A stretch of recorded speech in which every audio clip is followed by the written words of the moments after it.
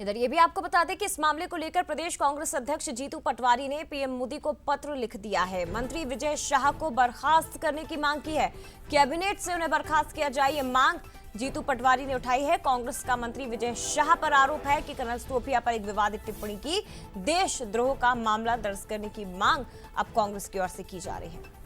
तो ये मुद्दा कांग्रेस ऐसे ही हाथ से नहीं जाने देगी, लेकिन मामला बेहद गंभीर है और न केवल कांग्रेस बल्कि बीजेपी ने भी उतनी ही गंभीरता के साथ इसे लिया है। सोचिए आप, एक विवादित बयान और स्थिति ये कि बीजेपी नेताओं को कर्नल सोफिया के घर तक जाना पड़ा, उनसे बातचीत करनी पड़ी।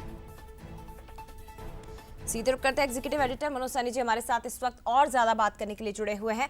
मनोज जी, मंत्री विजय शाह का पुराना इतिहास है जब वो महिलाओं को लेकर इस तरह की अभद्र टिप्पणी करते रहे हों, लेकिन इस बार मामला अलग है और इस बार मुश्किलें बेहद बढ़ सकती हैं। पार्टी बहुत गंभीरता के साथ ले रही है इस मामले को।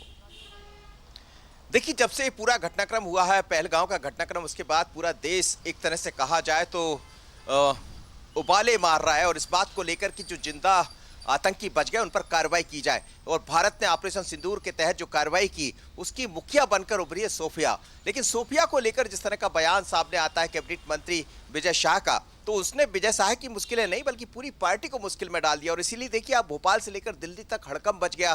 केंद्रीय नेतृत्व ने पूरी जानकारी मांगी। भारतीय जनता पार्टी में इस वक्त भी बैठक चल रही है, तो इसी मुद्दे को लेकर चर्चा हुई है कि आखिर इसमें क्या किया जाए।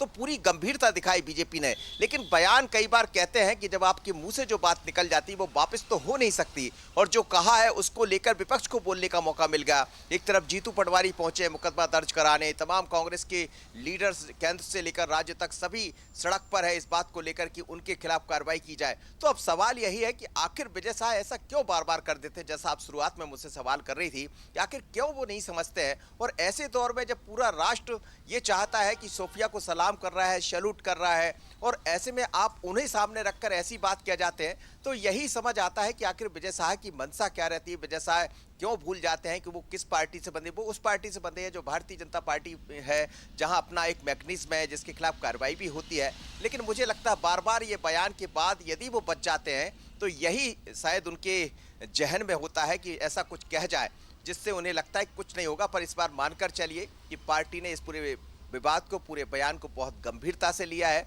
और मुझे लगता है कि कुछ आपको आज देर रात तक देखने को भी मिल सकता है, यानी मुश्किल में पड़ सकते हैं विजय शाह। हर जगह से विरोध के स्वर दिखाई दे रहे हैं। खुद पार्टी के मंत्री को आप सुना रही थी, थोड़ी देर पहले बीडी शर्मा भी बोले हैं कि हमने पूरे मामले को गंभीरता से लिया।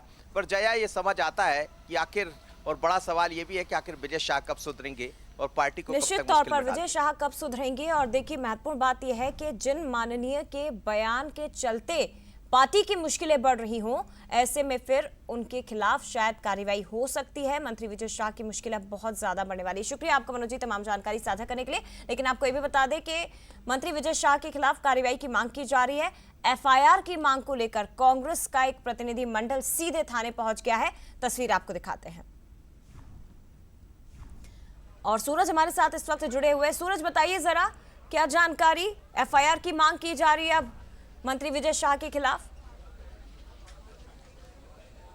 देखिए, बिल्कुल मंत्री विजय शाह ने जिस तरीके से विवादित बयान दिया था उसके बाद से कांग्रेस लगातार उनको घेर रही है। और खासतौर से आज श्यामला हिल्स थाने कांग्रेस प्रतिनिधि मंडल के साथ जीतू पटवारी पहुंचे हैं, जहां पर खासतौर देखिए जो सोफिया कुरैशी है उनका जो फोटो है वो भी कांग्रेस कार्यकर्ताओं के हाथ में है। और श्यामला हिल्स थाने में प्रदेश अध्यक्ष जीतू पटवारी, पूर्व मंत्री पीसी शर्मा, पूर्व मंत्री सुखदेव पांसे सहित तमाम जो कार्यकर्ता पदाधिकारी हैं वो यहाँ पर पहुंचे हैं और एफआईआर की यहाँ पर मांग की जा रही थी। और अन्य तस्वीरें भी दिखाऊं तो देखिए, बड़ी संख्या में कार्यकर्ता पहुंचे हैं। ऐसे में खासतौर से सुरक्षा को लेकर भी विशेष इंतजाम यहाँ पर किए। आप तस्वीरें देखिए किस तरीके से बड़ी संख्या में जो की टीम है वो यहाँ पर पहुंची है, क्योंकि लगातार जिस तरीके से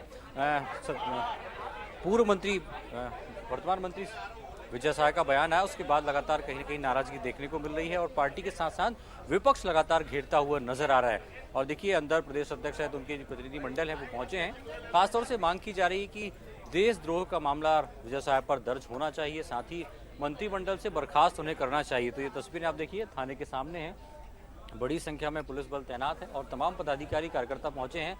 हाथ में महिला सैन्य अधिकारी का फोटो भी है कि जिस तरीके से बयानबाजी की है वो कहीं न कहीं सेना का सम्मान है, उन बहनों का सम्मान है जो भारत की रक्षा के लिए लगातार लड़ाई कर रही हैं और सरकार के साथ हैं। ऐसे में कहीं ना कहीं ये विजय साय का बयान निंदनीय है और यही कारण है कि खासतौर से तमाम कांग्रेस के कार्यकर्ता इसको लेकर विरोध जता रहे हैं और यही मांग की जा रही है कि विजय साय पर FIR होनी चाहिए और मंत्रिमंडल से उन्हें बर्खास्त किया जाना चाहिए।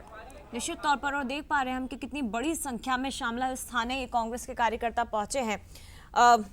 बहुत धन्यवाद आपका सूरज, ये तमाम तस्वीरें हम तक पहुंचाने के लिए।